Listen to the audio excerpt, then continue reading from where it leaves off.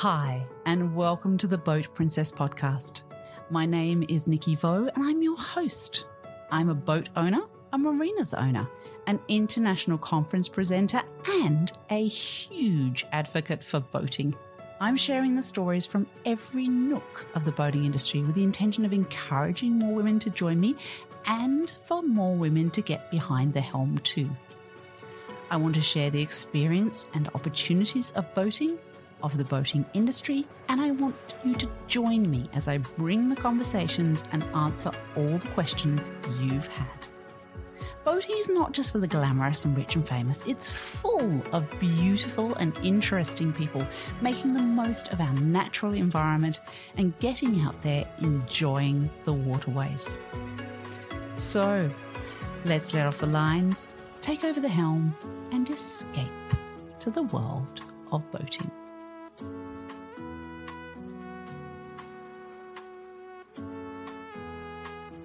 Hi everyone, and welcome to another episode of the Boat Princess podcast. I am here. Gosh, I don't know, is it about 4 years we've known each other, Max? I think it is about 4 years now, yeah. Yeah. So Max and I met at Sunseeker in Poole, and he was really green when I met him. And I've really loved watching his career develop. So Max Eagle, sales broker for Sunseeker, welcome to the podcast. Thank you for having me. It's been a pleasure.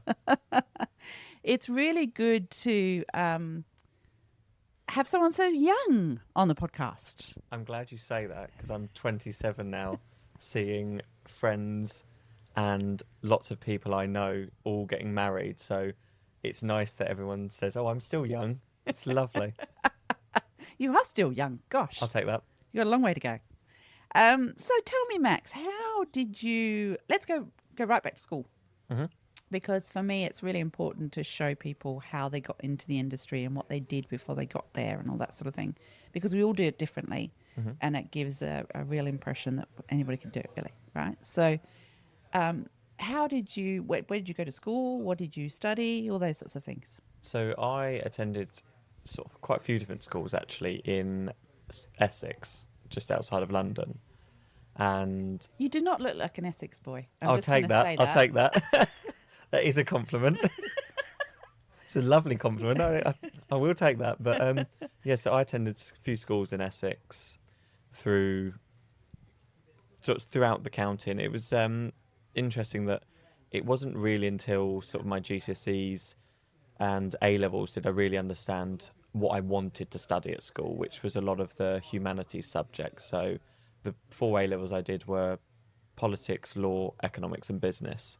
And I really, really enjoyed those because it was just arguing essentially, which I felt I was quite good at. But no, I enjoyed it because a lot of them were just current affairs. And I'd always had sort of an interest in engineering of cars, things like this. I was, big petrol head, still am, which is what I think stemmed the interest in boats when that opportunity eventually came. But previously at school, I just always loved cars. My 2 friends at school, their family business was a car dealership. So it was really cool talking to them every day about cars and then hearing the stories they had and it's a car dealership for sort of high performance cars. So things I was really interested in, and I always loved Formula One and innovation in technology. I was a keen road cyclist and track cyclist eventually at university, and I just loved the engineering side of it. I loved innovation and things like this, and I think that's probably why I do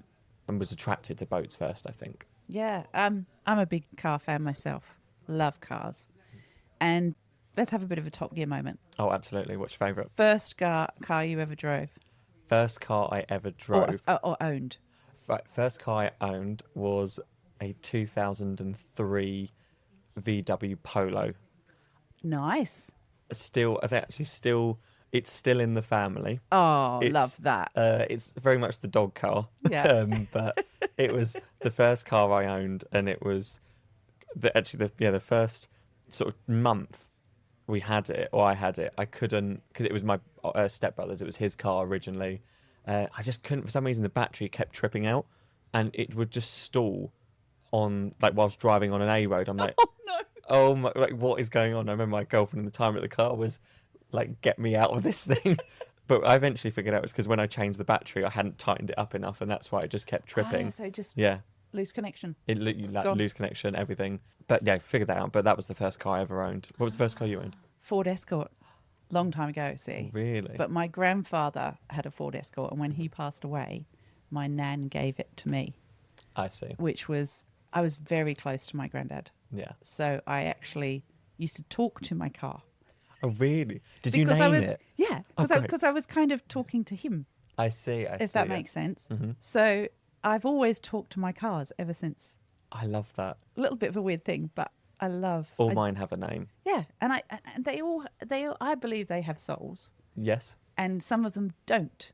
No, yeah. Right? Some do, some don't, yeah. And if I find a car that doesn't have a soul, Italian one's the best. I had an Alfa for a while, and oh wow, that definitely had a soul. I've never owned an Italian. I've always owned German cars, never Italian. I'd love to. I'd love an Italian car. Our little car that we keep in England is a little Italian car. He's called Luigi. Of course, of course. I'm thinking of the Cars movie. Instantly. So yeah, I think it's. I think cars are, and I think you're right. If you're a lover of cars, you tend to become a lover of boats as well, because it's all about the engineering, it's all about the design, and it's all about their ability. And again, I think boats have a soul, and we build a relationship with them over, which is why some people hold on to their boats forever. Yeah, because they have a distinct relationship with them. I think that's also why a lot of people will refer to boats as she. I'd never really. I think I remember one of the first conversations we ever had was about me not really yet fully understanding the language around boats, and especially when people referred to as she, I never really got it. But it was only, I'd say, about after a year that I'd been here where actually I was thinking of you when this happened. It just twigged. It was just like a light bulb moment. I went, now I get it why people call it she, just because it is, you're right, they do have a soul. And the fact all of them, especially these ones, they're all handmade and so much love and energy goes into it. I think you're so right with that. And in fact, one of your gentlemen from the factory came into this boat today that we're on, and it was lovely to see the pride in his face of, I built that cabin in there.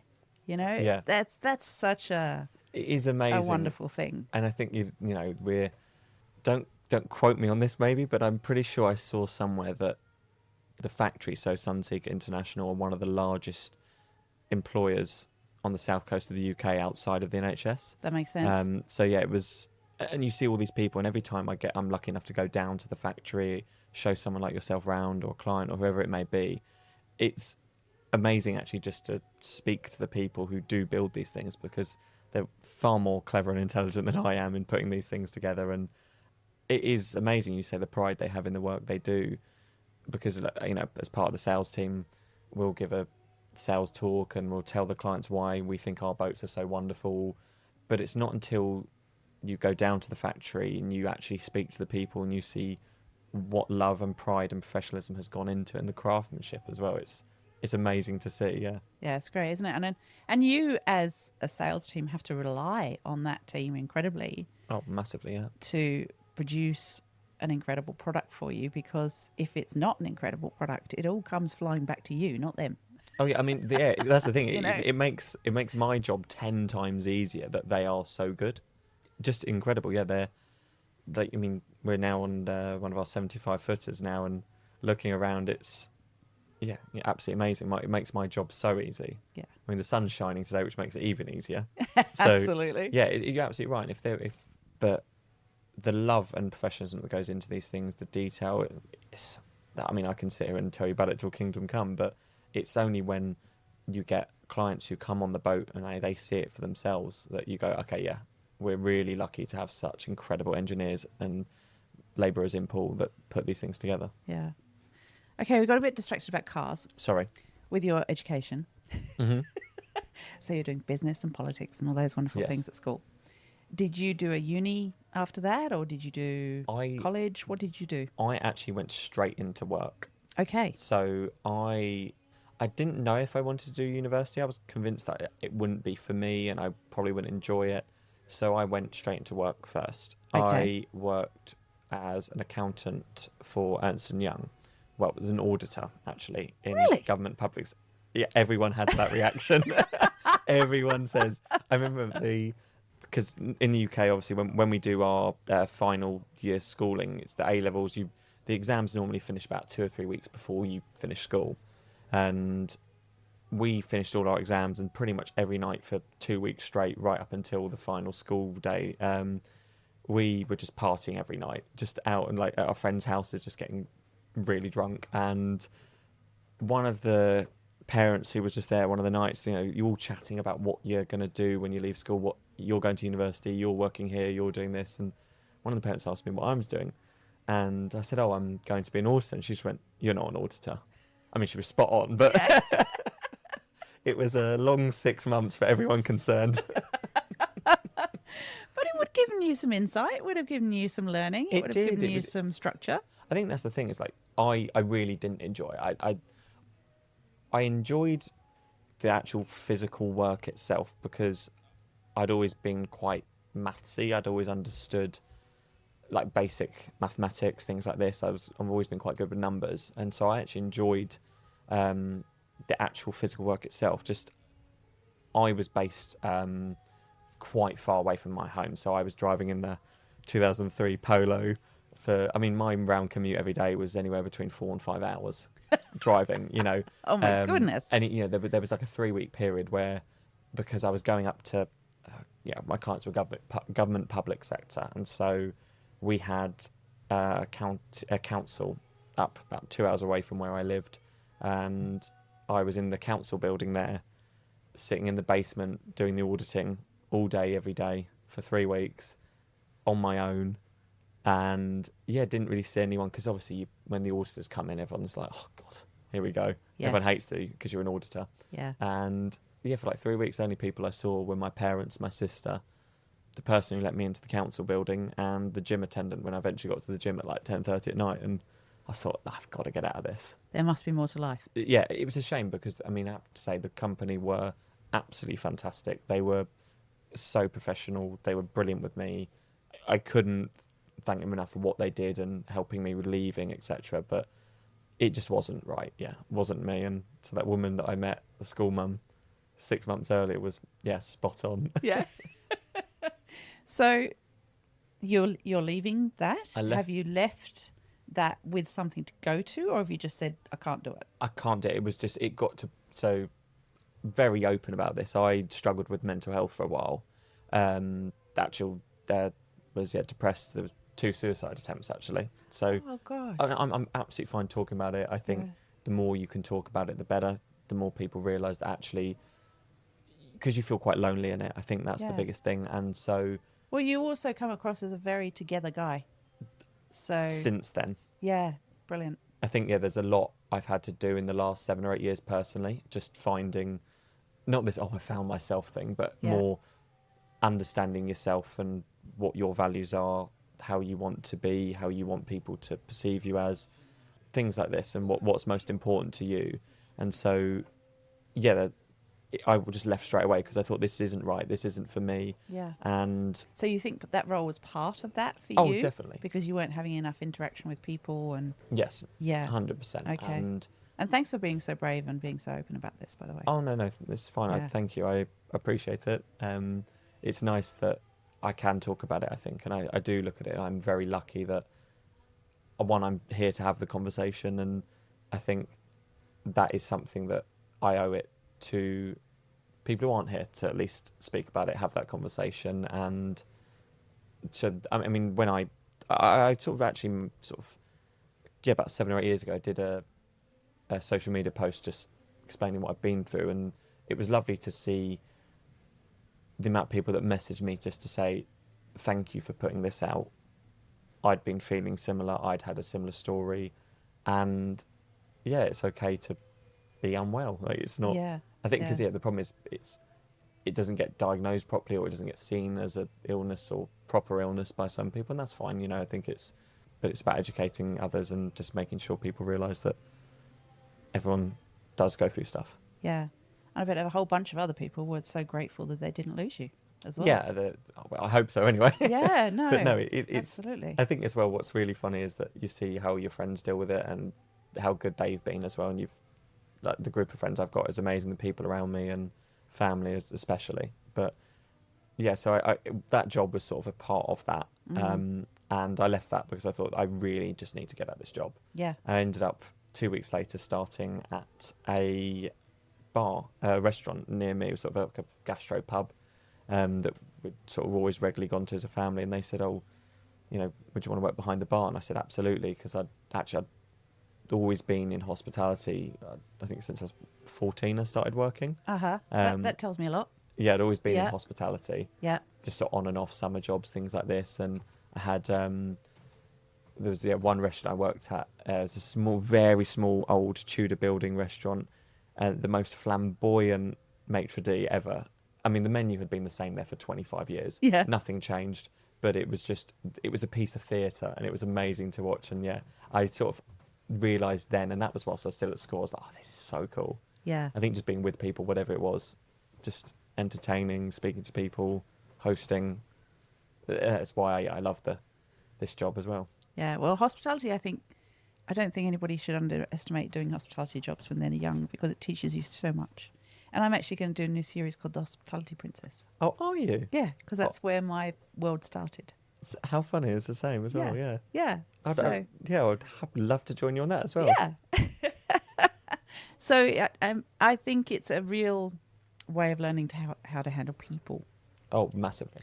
And with what you're doing now, that's entirely what you do, really, because a broker for a major boat company, you're not just selling a product, you're creating a relationship which could go for a very, very long time. Oh, I mean, yeah, massively. I think it's actually selling the product is the easiest part of the transaction. That's the easiest thing of the job, because we've just spoken about, look on the boat now. I don't need to do that much hard work in terms of convincing you that this is the right product, but it's convincing you that we're the right team. Yes. That's the hard bit. Yes. And it's convincing you once you've bought the boat, we're not just thanks for the money, here's the keys, see you later. It's, you've met the team here, other shows as well. There's an army of people that go into making sure that everyone's experience with Sunseeker, whether that be in Europe, UK or elsewhere, is as seamless as possible and enjoyable. It's, in the day, there's people here, they've worked their lives, built up their own businesses, and to get to the moment where they can buy something like this, because it's so special what we do. And I think sometimes we do take it for granted that, I'm standing on right now we're sitting on a £4 million yacht having a conversation in the sunshine. I know. And you take that and this is work. Yeah. But you take that for granted, that for a lot of people this is a whole life's ambition and dream, and you don't want them to not enjoy it. You want them to think, oh my God, yeah, this is exactly what I thought it was going to be. This is exactly what I've worked my entire life towards. And making sure that they trust you enough, and you prove to them that you're trustworthy, and that the team around you is as trustworthy as you are. So that's the hard bit. Yeah, yeah. Do you find, as a younger broker, that you get a little bit of bias, that you may not be the person they want to deal with sometimes? And if you do, how do you handle that? Or do you not get that? Are you just so confident they just go, yep, he's cool? I think probably in the first year or two, I think there definitely was an element of that, 100%. And because I think, my granddad, when I first started this job, he just said, he was talking to me about it, and it was a nice conversation. He said, just remember that you have to assume that you're the most stupid person in the room, and not in a horrible way, not in a degrading way to yourself, but just remember that if anyone is in a position to buy a boat, they are incredibly intelligent, incredibly astute. They're very savvy business people. They are not there because they're idiots. And just don't have too much pride to admit that you don't know the answer to a question they're asking, which I definitely still made that mistake early on. And so I think once people realise, okay, the first year or two, there's someone above Max, and there's still many people above me now, but there was an element of that. I think there still is. I think it's age. With age comes wisdom, and not just in this industry and everything. And I think in terms of how I deal with it, just accept that. Yeah, you've been here 4 years. There's other people who've been here 24, 34. So there are people who are gonna know more about the boats than you, know more about the industry, and also these people are here to help you. I mean, we've got some great people who have been at Sunseeker their entire lives, entire working lives, since 18, and they're now 52, 53. Yeah. So use them. They're an asset. They're here to help you. And at the end of the day, yes, especially in the sales team, we all want to be the best salesman. We all want to make the most money from selling and make the most money and be the best team in our overall group. But at the end of the day, we still also want the group to do well. Yeah. And I think now I'm definitely at a point where I'm not, my ego isn't that big where I'm not afraid to bring one of the senior brokers in. Yeah. It's like, yeah, I mean, there's a transaction recently. It's like, yeah, I'm out of my depth here. I'm at a point where I can't do this any further on my own. And so I brought our director in just because I thought, right, I need him here. Yes. Because there's a lot of questions I can't answer here. So do I want to make this sale by bringing him in, or do I want to lose it because I can't help this client? And so I thought, right, I'm just bring my director in. And then you learn from that director in that process all that you need to learn so that next time you're okay. Oh, massively. Yeah. I mean, there's definitely some products that I'm certain I'd be capable of doing on my own. But even now, I just think, why do it on your own? Like, we're a team, we're here to help each other. And I'm sure, there's many of the team here that I've got a good relationship with that I'd be happy to, if it comes to sharing commission or we've got to argue about what's the split, that's a lovely position to be in. Absolutely. Just get the deal done and then we can argue about the politics later. Well, also, often you're dealing with a couple and sometimes you gel with one part of the couple and you don't gel with the other part of the couple. Massively. And if bringing somebody else in can help with that relationship build, right? Oh, massive. I think, yeah, there's quite a few clients I can think of like that where I know I get on very well with, partner A, and my director or one of my colleagues, they also get on very well with partner B. So I just think, oh, brilliant. I know that my colleague gets on well with their partner. So, right, I'll make sure that when they're here at the show or I'm meeting them at an event or whatever it is, that particular colleague, make sure they're there. Yeah. Because it's the whole experience. It's the whole dynamic within the team. And especially, you've met our marketing team, you know how good they are. They're great. They're fantastic and they add to it. And it's, everyone wants to see a smiling face and everyone wants to, and you're right, people want to talk to people they like, people they get on with and people they gel with. So if you've got that at your disposal, why would you not use it? Yeah. I have to say you're very good at gelling with people though. I don't know if it's because I have to say you're very good at gelling with a female, which yes, I think is very important. I think perhaps some more mature brokers, I'm not talking in any particular brand, of course, right? Yep.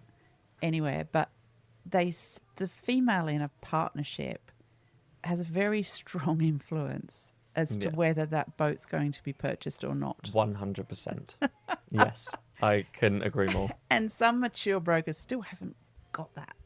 So, yeah, so I think you're very good at relating to females, and I think your youth helps with that because I know my sons, who are just a little bit younger than you, believe it or not, they have a completely different approach to men and women. I think it's to what even I do. Yeah. Right? I think I have to say, I've been surrounded by very strong females my whole life, so it's you've learned from them. And my mum is, she's brilliant. I think definitely now I'm an adult, has certainly become one of my closest friends. I think growing up there very much was like, I'm the parent, you're the child. But I think we've built up a really good relationship since sort of turning 18 to 21, that period. I've got a good relationship with my sister.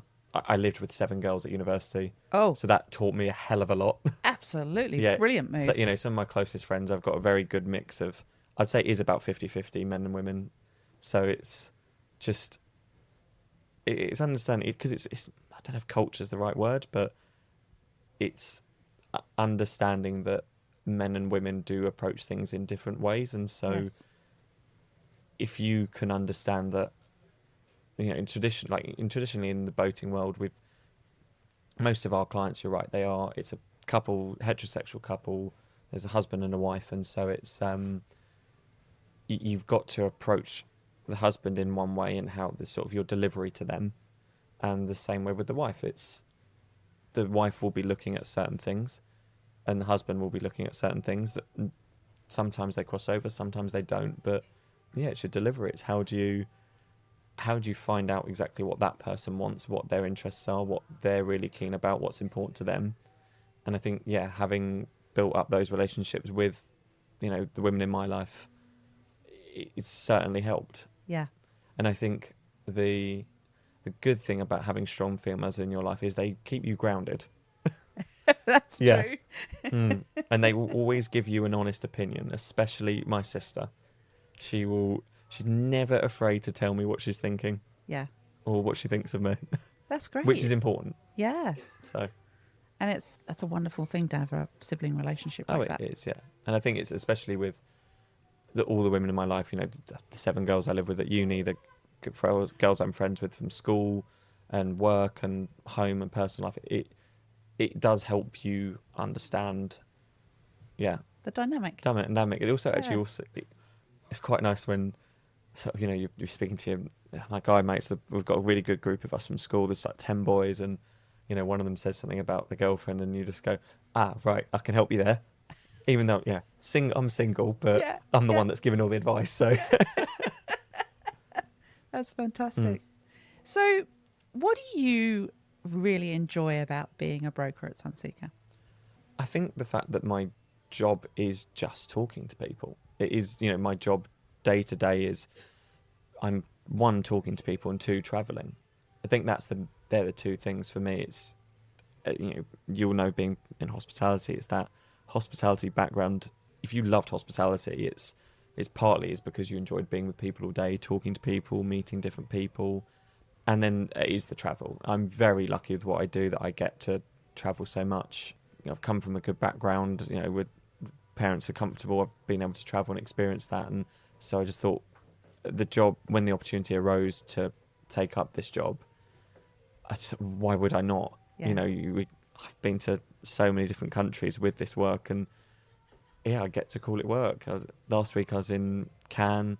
The week before I was in Mallorca. Unfortunately, I'm not going to the Monaco show next week, but I've been very lucky to have done that a few times. So it's the travel that you get to do. I was in Greece last year, Germany at the start of the year. It's wonderful. Fantastic. And we didn't actually explore that. How did you actually get this job? Oh, nepotism. I'm not going to lie. It's... I grew up in a very nice family. I went to nice schools. I went to the right school at the right time. So one of the group of boys I spoke about from school, the 10 of us, one of them, his father is the sales director for London Group, so Sunseeker London Group. I was at the right school at the right time, became really friendly with him.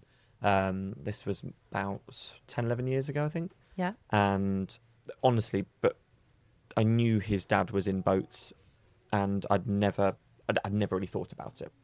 And it was about 4 years ago when I was sort of working. I had sort of my own cocktail company. Did you? I did, yes. I set that up during COVID, and I used the money from that to fund trying to be a professional cyclist. Was never any good at it. It got to a point where I had to go, look, Max, just call it a day. You're not. If you haven't made it now, then it's probably not going to happen. But I loved it, and it taught me so much. And when the opportunity came up, there was like a sort of 6-month period where my mum and I would like sort of constantly just talking to each other about what's the next move. And for 6 months, we just couldn't agree on. Not that it was my mum's choice, but my mum's opinion has always been quite important to me. And we were just sort of just chatting, and I couldn't really think of anything. And then one day, my mum and I were just in a park near us walking our dogs, and we bumped into my friend's dad and his wife, and they were walking their dogs. We were just chatting, didn't speak about boats at all. And then my mum and I just 2 minutes later just got back in the car and just looked at each other and went, "That's the job." And I phoned him the next day, the director, and just said, "Could we have a chat?" And he said, "Yeah, of course." He thought it was about me doing cocktails at some of the events, and actually it was just say, "Actually, I'd love to come work properly full time. Any role that's going." And he was really kind enough to entertain that. I badgered him for 6 months, and eventually he gave in, and he's regretted it every day since. No, he hasn't. I know he hasn't. No, but he's been Chris has been really good to me. Yeah, giving me this opportunity, and it's been fantastic. It is nice that yes, it is through nepotism. It is because I was at the right school at the right time. Oh yeah, but you had to ask. Oh, I think you did. You can know people, but you don't necessarily ask them. You've created your own opportunity. It's certainly, and I look at it as well. If I was that bad, we wouldn't be here having this conversation right now. So yeah, no. Well, yeah, one, he wouldn't have given it to me, and two, Chris is not silly. He's not going to say, "Yeah, he'd be great." No, and I think within, I was on a 6-month probation, and I think as an employer and also as an employee, you probably know within 6 months. One, if you're the employer looking at it, is this person a right fit for the company? Because that's what it is really. It's not. You might find that they're just in the wrong role, but you think, right, this person is definitely Sunseeker material, but we need to find a different role for them. Yes. Or you might just go, yeah, they're not Sunseeker material. And that's fine. Yeah. But I'm glad that Chris still seems to believe that I am. So. Yeah. No, you're doing a great job. And you look very much Sunseeker material. I'll take that. I don't know what to say, but yeah, I'll take that. Well, you're dressed immaculately. It's fantastic. Again, that was a thing from my granddad. Just there we go. You just dress with pride. I think it's that sort of take what you do seriously, but not yourself. Yeah. I think if you just look like you care as well, you can't go in, especially where we go to the temperatures. I mean, in Cannes last week it was sort of 30 degrees at some points. You're not going to be in a 3-piece suit there, but I think dress appropriately for the environment you're in, and dress with pride. Look like you care, and respect the environment you're in as well. So, if you're going to, if you're going to a meeting where someone's, trying to give you millions of pounds of their money to buy something off you, just put a suit on. Yes, just absolutely show respect to them, because actually looking after your appearance shows respect to the person that you're meeting with. 100%. Yeah, I think that's it. It's just respect. It's the respect for others thing. I think that's half of what it is. I think the way you dress sort of says that. Yeah. I think it's, and look, at the office in London where there is a dress code, but it's more of a guideline rather than a clear rule. But you you're in London, you're in Mayfair. There's potential buyers coming in. Just dress properly. Yeah, absolutely. Is there anything you find really challenging in this role? Yes. It's probably the thing. I suppose I'm definitely not alone here, and I'm not gonna. I don't want anyone to get the violins out, because we've spoken all the good things about the job, but it's the working towards trying to convince someone that you're the right brand, you're the right product, spending months doing that, and like that, they'll either just decide that you're not the right brand or product or person, and so all that hard work you sort of kind of you feels has gone to waste. Yes. But there's also a big feeling of rejection, isn't there? In that, I've felt that, because when I was selling boats, you'd build a relationship with somebody for years, and then sometimes they just disappear. Yes, that does tend to happen. Yeah, and I found that really emotionally quite hard, because you put a lot of work into it. You think they respect you, and you really enjoy the relationship with them, and you think you're getting on really well, and you think they're going to buy a boat. Yeah. And then all of a sudden they literally disappear. Oh yeah, and I think that's the thing. It's the Do you know what I had actually? One of my...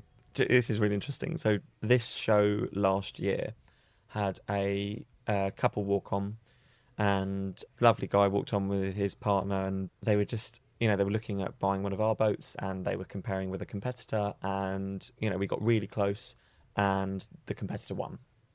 But this client he did something I just thought, I really respect you for that. He phoned me to say, look, I'm going to buy the other boat. Yeah. I'm not going to be picking Sunseeker. I've gone for the other brand, but I really loved the effort you put in, the time and respect that you showed us. So I just wanted to phone you to say, look, this is not a goodbye. We're still interested in, you and the product, but just for now, another brand had a product was more suitable for us. Yeah. And funnily enough, that same client, I've probably got the best relationship with him than I have out of any of my other clients. Yeah, and that will continue. Yeah. And down the track, that could be a Sunseeker sale. Oh, yeah, I do hope so. Yeah, which, and I think that's actually incredibly important, because as a person having a boat, your taste changes over time. Of course. Your requirements change over time as well. So the brand that they're in right now might be perfect for what they want to do now. But down the track, they're going, it's time for the Sunseeker. Oh yeah, well, so, I hope so anyway. Yeah, so that's actually really respectful of them. It was, yeah, and wonderful. But yeah, the disappearing thing where you'd phone them and they wouldn't even answer I found that really hard. Yeah, I think that is it. It's I think it gets to the point where sometimes you become a bit numb to it almost. Yes. I think because the more people you speak to, the more likely you are to get rejected, the more likely you are for people to say no, but also the more likely you are to eventually be successful. Yes. So it is a numbers game, but it's also, I kind of look at that in I guess one of my my house masters at the final school I went to, he had a saying, I don't know if it was his saying, but it always stuck with me, that it was his saying, and it was, failure's only failure if you don't learn from it. And I've always tried to have that approach to everything. It's like, right, yeah, you might have failed on this one, or you weren't successful, but what did you learn from that? Yeah. And what could you have done better, and what do you think it was that made them not do it? And I think that's the thing. It's like and I think that's where what we spoke earlier about, making sure that if there is a husband and wife, or husband or wife and wife, whatever it may be, just make sure you understand that what each person in that couple wants. Because most of the time, you're right, it is a couple buying a boat. Yeah. So it's a partnership. Figure out what works for both of them and learn from that. And there's so many times I've got it wrong. Yeah. But again, there's so many times where I've had an opportunity to learn from it. Yeah. And got it right, for that matter. Yes, there is that, yeah. Yeah. Yeah. Thank you so much for talking to us, Max. Thank you for inviting me. It's been a pleasure. Really appreciate it. I'm so glad that you got the right help that you needed when you did. Mm-hmm. Is there any advice that you can give to people out there on that note? Yes. The biggest thing I'd say is that you are not alone in it. There are many cases of people out there that, have talked like myself, actually eventually got help and found the right way out of it, the right way to deal with it. But it's an inertia thing. You've got to, making the first step is the hardest push. Just take that leap of faith that this person you speak to will want to help you, because they always will. Yeah. You look at it, that the outpouring of love I had afterwards was immense, and the amount of sort of the circle I've built around me since is incredible. And I think just make the jump, just speak to that person, just whoever it is, phone them up, just say, I need to speak to you. You're not alone. You will get help. And it's so important just to get the ball rolling. The first step's the hardest, always. Yeah. Well, I hope you and I are talking to each other in 10 years' time, and I you're hope so as well. The sales director for Sunseeker, and it's all going brilliantly for you, because I think you are you're doing a fantastic job here. Thank you. I appreciate that. I've really enjoyed seeing you grow, and that's a wonderful thing. No, thank you. It's been lovely to have someone that's sort of been on the journey with me as well. That's someone who's seen me right from the beginning up to this point, and hopefully in the future. And Absolutely. on the Hospitality Princess as well. Yeah, so good. No. Max, thank you so much. Thank you, Nikki. I would like to thank Sunseeker London Group and Sunseeker International for hosting us on this beautiful boat today, the 75 Predator. What a gorgeous thing she is. And we really appreciate their hospitality, their kindness, and the quietness of this lovely yacht we're sitting on. Thank you so much, guys. See you on the water soon.